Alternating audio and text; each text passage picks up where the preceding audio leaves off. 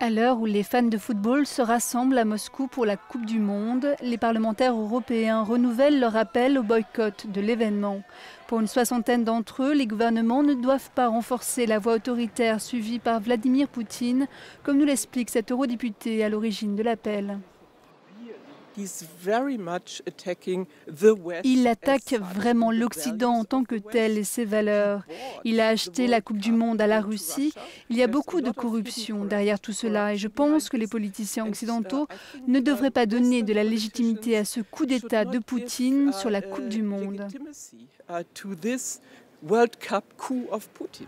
En 1980, une dizaine de pays avaient déjà boycotté les Jeux olympiques d'été de Moscou pour protester contre l'invasion soviétique de l'Afghanistan, une époque que cette eurodéputée polonaise signataire de l'appel a vécue. Nos représentants ne peuvent pas aller en Russie et faire de très beaux selfies avec Poutine parce que c'est de facto un signe d'acceptation. Mais surtout les démocrates qui se battent en Russie pour la démocratie disent que ça le renforce.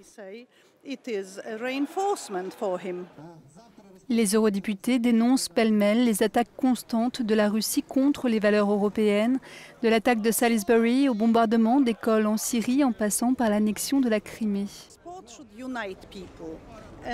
Le sport devrait unir les gens et j'espère qu'il le fait. Mais ça ne veut pas dire qu'il doit servir à un politicien comme Poutine pour lui donner une meilleure image.